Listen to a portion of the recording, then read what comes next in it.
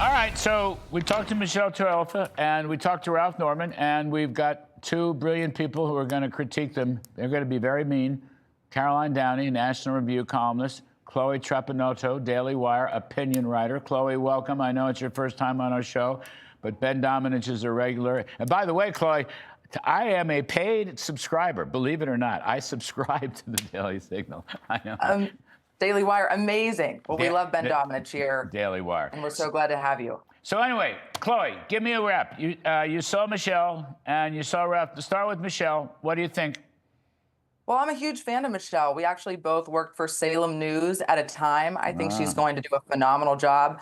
But I mean, as long as neither of them have communism on the ticket or anywhere near, their swag is going to do just fine, as we were talking about swag right before the break. I mean, obviously, this was a really interesting week for the Democrats. They held off the Bolshevik brigade we saw in Wisconsin. And I think for all these races, it'll be really fascinating to see how things pan out, especially, like I said, if there is a communist on the ticket.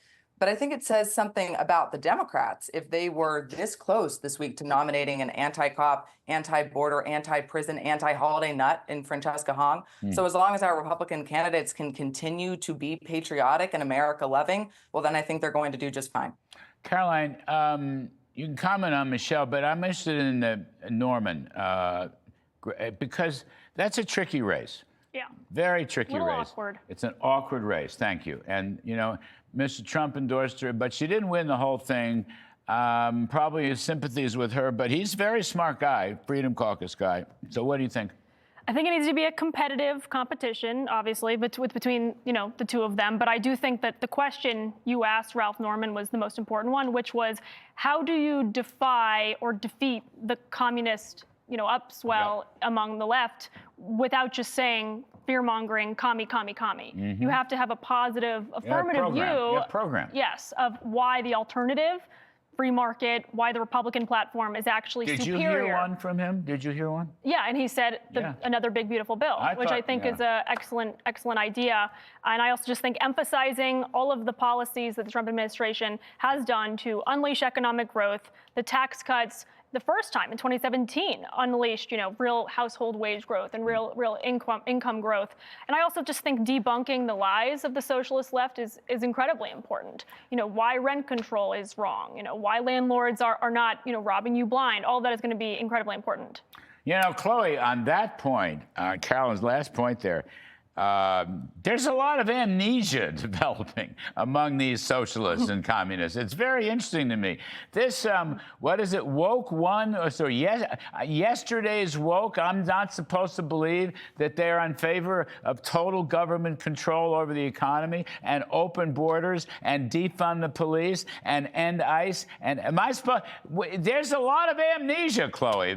I'm the old guy. My memory seems to be better than AOC's memory and Flanagan's memory, and they're a lot younger than I am. How is that possible? It's a great question, Larry, and I don't know why this spike in amnesia is hitting the Democrat Party and the socialists so hard, but they're completely wrong, obviously. I mean, woke one is not over. It's just mutilated.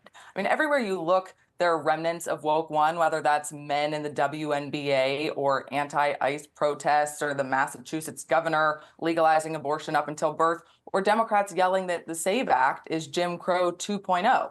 But now with woke 2, they've just added in the anti-capitalism and the pro-communism stuff. So the crazy has not gone anywhere, even though AOC would love to convince us of that. It's simply just all metastasized. Mondami's trying to try that too here. Have you noticed that? He's been dodging issues. Oh, that's what people said a few years ago. And who's the other one? Is El Sayed is trying to erase all of his tweets and crazy stuff that he put on. And of course, there's Hassan Piker. Of course, he doesn't try to erase anything. But they all hang out together. They're all in denial together. They're all suffering from an amnesia together. You think voters are not going to forget? I don't believe it.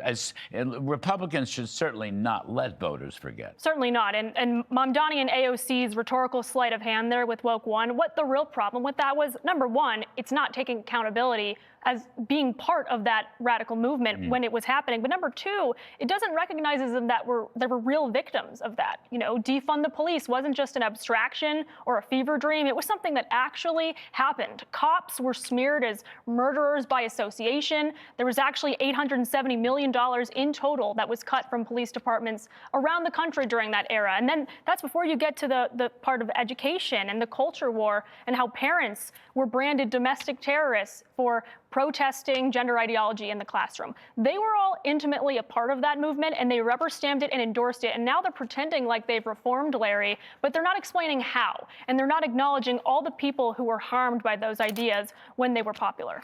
Chloe, give me your picks. Can Michelle Tafoya win in Minnesota? And who's going to win the South Carolina runoff? Who are you thinking?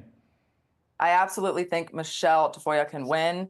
And I would say our Republican candidate in South Carolina, we're going to do great. Who do you think can win the runoff?